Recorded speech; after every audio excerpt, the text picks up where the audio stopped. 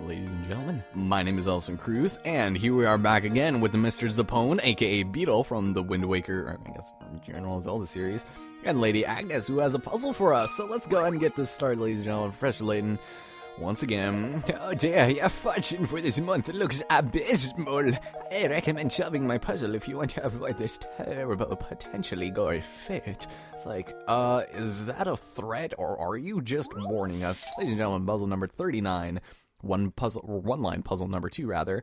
So here's the second part of that. Basically, the idea of one-line puzzles is to put your pen to paper and draw a shape without lifting your pen from the pad or retracing any lines, but we can cross lines. So once again, we can do this in a very particular order. We did it clockwise last time, so let's get started doing it counterclockwise. And so basically, you can cross lines and you can like meet, but you just can't retrace any old ones.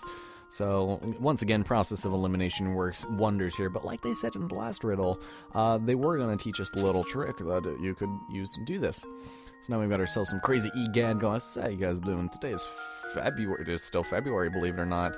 Oops, did I do that wrong? I feel like I might have done this wrong. There we go. I usually like doing it like that. There we go. February 18th, I do believe, so... catching some of that Twitch plays Pokemon nonsense. It is insane in the memory. It's kind of infuriating at times because it's just really boring to watch. So I don't know. It's not very entertaining, but it's kind of cool seeing them do things and like the things they've gone and done. So there's that. There's the ribbon. So we've successfully done all 3 of these in a single stroke, which means this 4th man is the odd one out. So, but you can always try, just to double check. I mean, we can get so far here, but like here, you've got a path here, or impasse rather. You can't go back and go forward. Excuse me. So yeah, you can't even go there if you wanted to. So, our hat is the odd man out, so get the hell out of here, you dumb hat. I think I've got it. Oh god, my voice hurts. My voice hurts just a little bit. Professor, I solved it. I can't even do a crappy voice like that. Alright, when examining a picture like this, the key to spotting a fake is looking at the areas where multiple lines intersect. When looking at these areas, take note of whether the number of lines running through a given point are odd or even. So just keep that in mind. It's a very simple concept. My, that was quick. Were you that scared of a month's worth of bad luck? Believe me, I deal with it my entire life. So, oh my god, you'll just have to tough it out. That was a jerkish thing to say, old lady granny. So in the last part, we spoke to Lucy, and she said to go right, but we're heading left. So, we've got a couple of things in the supermarket. We can go collect hint coins. This market is packed with stuff to buy. Yet absolutely nobody to sell it. Okay. So that having been said and done, we can talk to this man right here, and I think his name is Archibald. Archibald, yes. Lend me an ear, would you? I'd like your expert opinion on this puzzle. It won't take but a minute. So I wonder who this is referring to this time. Puzzle number 40. How old is Dad? A father and son are chatting when the son poses this question. Dad, I'm 22 now, but just how old are you? Yes, believe it or not, this 22-year-old does not know how old his dad is. The father replies, Oh, you little twerp, how do you not know your own father's birthday? Huh, I'm as old as your age, plus half of my age. So we're trying to find the age of the father, and we know that Y, I'm going to dictate the son's age as Y, which is 22, and X as the factor that we need to find, which means we might do a little bit of working backwards here, but this is pretty easy. So we take Dad's potential age, divide that by 2, and then add 22, and this is how we'll eventually arrive at Dad's age. So this is very good for us. And so we'll be able to determine this by taking Y, which is 22, and multiply that, 2, and then multiply that by Y, and then that actually gives us X. Sorry, I meant to put a multiplication little dot there. I keep forgetting I'm not in school anymore. And basically, that's easy. That's extremely easy. He's 44 years old. It's just one of those weird mind puzzles you don't really have to think about once you've written it out, because once you see it, you're like, I see. It's like, aha, you are an awfully young father. Key to success. Yeah, God, I can imagine being a dad at 22. That's right, half of the father's age plus the son's age should give you an answer, which means that half the father's age must be equal to the son's age. The son is 22, so the father must be 44. He looks so depressed to know that his son doesn't even care enough to know what his age is. So how do you think I should go about punishing this young man? Sorry for taking up your time. I'll let you get back to what you're doing. Good day. My name is Archibald. Maybe that's why my son doesn't like me anymore. Alright, so now that that's done, we've actually got a very strange location for a hidden puzzle, and it's just randomly on the wall for whatever reason. We seem to have stumbled upon a hidden puzzle here. Like, what circumstance would that even be applicable? Puzzle number 101, splitting it up. Ooh, which one is this actually? Oh, this one. You have a big wooden cube that's painted red on all 6 sides. After splitting the cube into smaller parts as shown below, you are left with 27 cubes, identical in size, but varying in the number of red sides per cube. How many of these 27 small cubes have just one of their 6 sides painted red? So this is also another process of elimination. We've got the corner pieces, which will have one red side on each of them, and this will eventually, this doesn't really matter much to us because we're only looking for the sides that have one red side, which is really easy to find out. But if you take that number and then you take the sides with 2, and there should be multiples of these as well because, well, it's just etc, etc, etc. You got 2 sides on each of these parts, which just leaves the one parts that we need to find, like the cubes that are at the center of the corner and the sides, like right here and here. These have only one side painted red on each side, which means that that bottom right there should be, yep, exactly 6. So, not particularly difficult, and I don't know if there's a mathematical equation that could, help you find it, but it's just, visually, that's how I would represent this puzzle. Layton's apprentice saves the day. Yes, you did, Mr. Layton's apprentice. Excuse me, if you can dissect the block in your head in the way shown above, the answer is easy enough to come by. As you can see, the number of small cubes with one painted side red is 6. One of each face of the larger blocks. Excuse me, sorry, I'm just having like 3 drinks of coffee in like 5 seconds. So, let's go find more puzzles. Yep. So splitting it up. So, oh my God, look at his hand animation. That's creepy. It's like, give me your money. Give me your money. Oh, and we've got ourselves a nice little buddy here. Alright, let's go get some hint coins before we're done here. Actually, yeah, not a soul seems to live here. You could tell that just by looking at it from the outside. I don't think he says anything else over here. Whatever, so we've got a very strange fellow here, and his name is, if he will give it to me, it's not Gerard, it's Jarvis.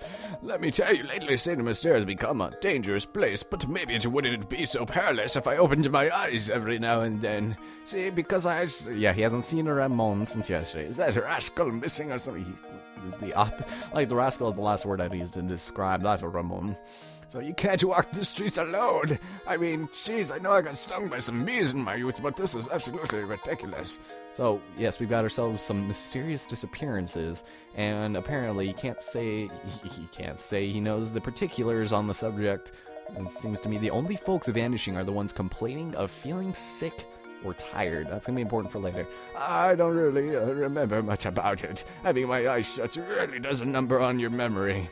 So, we gotta go talk to Zapone once again, Mr. Paradise Man. He's in the know about pretty much everything. You don't say, good sir. Alright, Zapone, you say. Just, where might we find this person? Who's you mean you didn't bump into him on your way here? Yes, we did. We had to. He's a slouching guy with a fancy little mustache. Yes, we know exactly what he looks like. Wow, it sure is hard to catch a lead on this case. The day is far from over, Luke. No, it's not. We're actually about to hit nightfall here pretty soon. So we've got a new mystery here. That's something we can deal with a little bit later. So, let's see if he says anything else, because I don't think he does, actually. Nope, can't say nothing about nothing. Alright, we'll go talk to Zapone once again. And head down. Alright, so we've basically headed into a giant circle. Let's go look for some coins. Coins here, and yeah, we can't open that blue door anytime soon, darn. Where is it? Is it on the floor? On the ground over here somewhere? Mr. Hint, thank you, Hint Coin. So notice how we found a Hint Coin on the floor. We can go talk to Mr. Gerard here. This guy's kind of funny. I always thought the name Gerard was always kind of weird. Oh, hello there. Say, Sonny, you haven't seen a big coin around here, have you? It's like, well, you kind of have an entire sack of them. So just when I dropped a lovely one nearby. But he's always losing things, and replacing them gets mighty expensive. I've become quite a penny pincher. Oh, no. This question, okay, on a tiny money matter. This one was dumb. Like, I hated these kinds of questions. For 10 picarats, we've got spare change. Rope and coins are arranged as shown below. As you pull the ends of the rope out to the left and right, the rope will draw taut and push the coins to either side. Assuming you only get to keep the coins that end up on the top half of the rope, how many coins will you have? Now, what this game expects you to do, and I'm not even kidding you, this is so ridiculous. Okay, it wants you to trace, your stylus along here and follow this, and then take note of whichever one of these leads exactly straight up. Like, you have to count all of the coins that go up, and it's just really frustrating because you can't even do it. Okay, you know what? I'm just going to put the answer in because it is not worth our time nor frustration to do this. Plus, I'd like to get this video done in a timely manner. Just wait until you see the illustration of saying, hey, this is how you should have done this puzzle. Another puzzle solved. Yes, okay, so 1400 for 10 picaras. Not worth it. That's right. You'll gather up 9 coins when the rope is pulled taut. It's really quite a simple puzzle, but following every coin's path does take quite a bit of time. Also, the fact that it's way too small in order to, you know, keep it in your grass permanently, and it's just such an annoying one, and I actually did look that up because it's just dumb. If you enjoyed that, please, I'm sorry. Ooh, but I do believe upon completing that rather terrible puzzle, we've got ourselves a very fantastic thing that we can go and do. Ladies and gentlemen, if we head into your gizmos after at this point, I suppose, and it's going to tell us about the gizmos again because I had to restart my play file after I missed that hidden puzzle, even though we could have gone in like 3 episodes later. With the awesome music, we can go ahead and get to making our little pal here. And this guy's pretty awesome, actually. He's kind of useless, but he does open up quite a realm of possibilities. So let us make him bigger, faster, stronger, and creepier with those eyes all dead. And with the Brian Griffin half face. There it is. Very nice. Or profile, I should say. With that, there we are. The little robot dog is finally assembled. Now we just need to name the rascal. God, why is rascal being thrown around so much? I feel like, whoops, I might have accidentally skipped a line of dialogue there. By the way, Luke, I have a present for you to mark this very occasion. Turn off your Nintendo DS once, then restart. Okay, he's basically going to tell us about that bonus section that you guys saw in the beginning of the game. He's going to give us Layton's challenges. The Inventor's House has been added to your map. We will be getting into these later, and oh, I guess we can enter our dog's name here. Now, for whatever reason, the game defaults to like Gizmo, but I'd like to switch it to, whoops, didn't want to do that. Go erase, there we go, I have to go undercase there. There we go. I'm gonna go ahead and name him Gonzo, because that is always the name I kind of, you know, associate with those things. Oh my god. My voice, and also I really like, you know, the connotation of Gonzo anyway, so let's go talk to Mr. God, I got something in my throat. Let me bug you for a minute there, Sonny. Oh no, and this one is also bad. Gerard is just awful at giving us puzzles. See, it all started a while back when I was on vacation and bought this camera case. I think the sneaky sales clerk swindled me out of a few dollars. Okay, are you guys ready? Alright, the camera in the case, puzzle number 42. Let's see.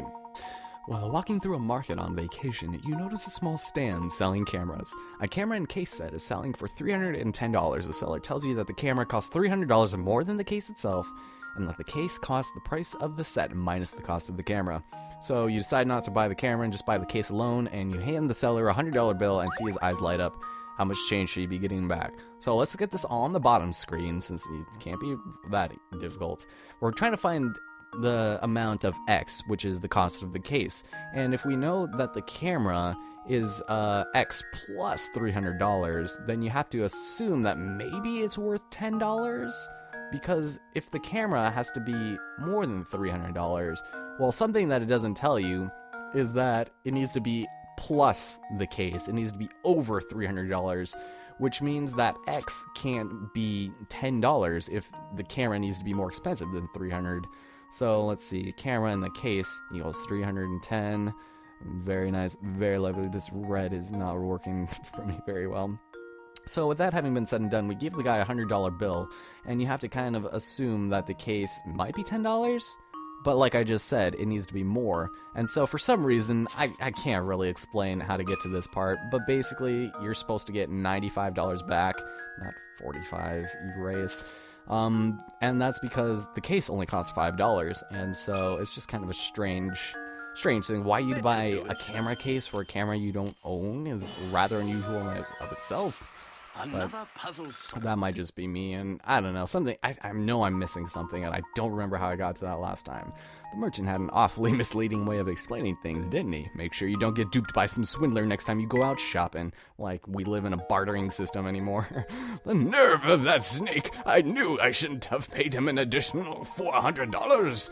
Sure makes a fellow sad to think that people can be so dishonest. So we got the camera in the case and the puzzle next. Ooh, and I didn't really explain much on what Gizmo, or Gonzo, does, rather. But we've now made our way all the way back around, and now let's go talk to Mr. Zapone once again. So if we had just gone right from the get-go, we would have met up with Mr. Hansen up there. So let me give you my take on this situation. What do you got to say, Mr. Beetle? Well, why don't you buy something? It's, Whatever. I don't even know how his voice would be like. So, take a tip from a fellow detective and go ask Crouton. Said no detective ever. So he owns the restaurant. We gotta go talk to that jerk again. Can you guys believe it? But, believe it or not, that's not actually going to be the end of our troubles. We got a couple more puzzles of. I'm looking for the restaurant now. I assume you have not been there, even though you've already been there multiple times. So before you run off again, I've got a tip for you. Oh, yes, I forgot. He gives us a tip. You want to experience all let's say to Mr. Offer. You can't. Okay, he's just going to basically tell us don't just go from point A to point B. Retrace your tracks every now and then. And this is how we get all of the additional puzzles. So I guess what we could do is just head back into that alley once again. Because if we do, well, young girl has reappeared once again. Oh, man. It's like, man, you're a really brave little girl. Hey, mister. Hey, looking for some fun? I got the best place. Whatever. All right, so she'll tell us a really big secret. Sorry, that was really weird of me to say, too. Okay, so we have puzzle number 43, 3 umbrellas. This one kind of doesn't make sense to me. 3 identical-looking umbrellas are sitting upright in a stand. Assuming the owners don't check their umbrellas' labels, what percentage chance is there that only 2 people will walk off with their own umbrella? Now, you just kind of have to read this a little slowly, because I don't feel like it makes good enough sense. Like, you don't feel like you know enough about this, but I think you know just enough to be able to determine that there is 0% likelihood that 2 girls will walk off with the exact same one. And the reason will be explained more clearly here, because I don't want to stumble over my words like I do in all the other videos. Because I just like, I sound so stupid when I try to just talk. Alright, if 2 people manage to grab their own umbrellas, the 3rd person is left with only 1 umbrella to take her own. It's impossible for only 2 of the 3 to pick up their own umbrellas. See, that's just how they explain it, and it's so clear. Wow, that was fast. Okie dokie. Ready to hear my secret? It's like, I guess. You know Lady Dahlia, right? Well, she's not as mean as people make her out to be. In fact, I bet she's a really nice lady. Okay, now you're just jumping to conclusions. I bet you a million peanuts. And so she gives us a bed. You know, I don't think that's saying much, but let's go ahead and give it to Luke since he doesn't really have anything. And so, yes, here, Luke, go carry this bed for yourself. You want to sleep in it, you got to bring it back to the hotel, man. Or I guess the inn, rather. It's like, do we even call anything inns nowadays? And like marts and stuff? But we can now speak to Rodney once. I do think his name is Rodney, isn't it? This dumb guy. And this one actually has kind of a fun little puzzle for us. I hear you've been investigating the same mistake and fair to continue, but stay away from that tower. You know what I'm saying? I don't know. I'm ready to be done recording. I strongly advise you to keep your distance. So why there's such a tower in this town? And there's, it's just, the townsfolk just hate it. Why is it still there? I'm a man who likes his templates and forms, and you're a man who likes stamps. Yes? Well, not particularly. I thought so. I'm just the puzzle for a man like yourself, and I strongly advise you to make yourself useful. Solve this puzzle without bothering me about it. It's like, okay, we're gonna do your work, but you're gonna be a complete and utter dick about it. We've got puzzle number 44, Stamp Stumper. Not particularly difficult. Your friend just got back from the post office where she purchased a sheet of stamps with values ranging from 10 cents to $1. First, your friend cut out the dollar stamp and set it aside. Then she divided the remaining stamps into 7 uniquely shaped bunches. Remember that, 7, each with a total value of $1. And we need to divide it exactly like she did. So this is kind of misleading at first because you don't exactly know what you need to do, but you need to go ahead and encapsulate these in increments of 10, and you need to have 7 separate spaces to do this. And it's not very difficult, so I'll just give an example. Like right here, these all add up to 100, and you have to do that for all of them, but make sure you have 7 of these. And so once you see a pattern, you'll know it's pretty good. So there's our 4th. And let's see, right over here, there's just a bunch of Tetris pieces, so that's kind of easy way to remember it. And this 90 is a little, yeah, that one always kind of threw me out for whatever reason. So there's 1, 2, 3, 4, 5, 6, and 7. I do believe we've solved it, good sir. Fantastic. Luke, And here's my answer. if I'm not mistaken, this is actually our final puzzle for Chapter 3. Critical thinking is the key to success. You got that right, Miss Layton. Oh, fantastic. 1,525, God. There are several ways to divide all the stamps into $1 groups, but this is the only way where the groups all form different shapes. That's kind of a weird thing to say. They just don't want you to have less than 7, which I don't even think is even possible. I know a stamp aficionado like you could handle this. Now I can finally mail those documents. You don't know how to mail documents? You call yourself the town hall representative and you can't even... Never mind, I'm not even try and make heads or tails of this. So let's go head off to the restaurant. Ladies and gentlemen, my name is Elson Cruz. Hope you guys enjoyed this segment. Next time I will probably take a little break from this and then come back to it a little bit later because, well, we're at the end of chapter 3. So next time, we'll hopefully maybe find Ramon. That's already what we spent this half of this game doing, is looking for people, alright? So, for the final time in the restaurant, maybe, I'll talk to you guys in the next part.